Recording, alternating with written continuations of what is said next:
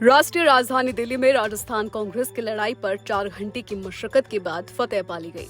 कांग्रेस आलाकमानों का तो यही कहना है कि अब सचिन पायलट और अशोक गहलोत के बीच नेतृत्व की लड़ाई थम गई है और दोनों मिलकर विधानसभा चुनाव लड़ेंगे।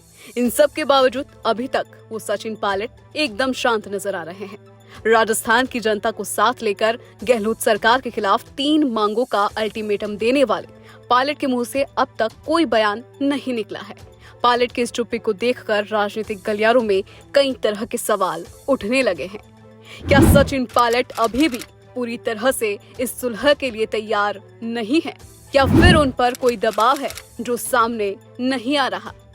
भले ही पायलट मीडिया के कैमरों के सामने मुस्कुराते दिखे, लेकिन उनकी चुप्पी कुछ और ही बयां करती दिख रही है। कांग्रेस आलाकमानों ने तो कह दिया कि राजस्थान में मुख्यमंत्री अशोक गहलोत और पूर्व डिप्टी सीएम सचिन पायलट ने आगामी विधानसभा चुनाव एकजुट होकर लड़ने पर सहमति जताई है। तो क्या पायलट सही में इसके लिए तैयार है? ऐसा तो नहीं कि जिस तरह पिछले चुनावों में भी वो तैयार हो गए थे और बाद में बिफर गए थे, जिसके चलते उन्हें अपना उप मुख्यमंत्री पद भी गंवाना पड़ा था। वहीं दूसरी ओर सचिन पायलट द्वारा जनता से किए गए वायदे और उन्हें पूरा करवाने के लिए किया जा रहा संघर्ष तो उन्हें याद है, या वो भी कल की बैठक में चली आंधी में उड़ गए।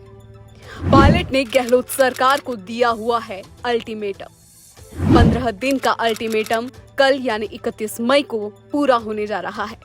पायलट ने कहा था कि वसुंधरा सरकार के दौरान हुए कथित घोटालों की जांच मौजूदा सरकार के दौरान पेपर लीक मामले की पारदर्शी जांच होनी चाहिए।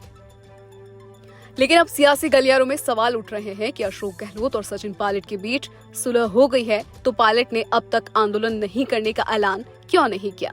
अगर पायलट गहलोत के साथ काम करने को तैयार हो गए हैं तो जिन मुद्दों को उन्होंने अपने उपवास और जन संघर्ष यात्रा के दौरान उठाया, उस पर कांग्रेसी नेता का रुख क्या होगा? ऐसे में अब पायलट की आगे की रणनीति क्या होती है, ये तो उनकी चुप्पी टूटने पर ही पता चल पाएगा। फिलहाल आपको हमारी ये रिपोर्ट कैसी लगी, हमें कमेंट करके जरूर बताएं और चैनल को सब्सक्राइब करें।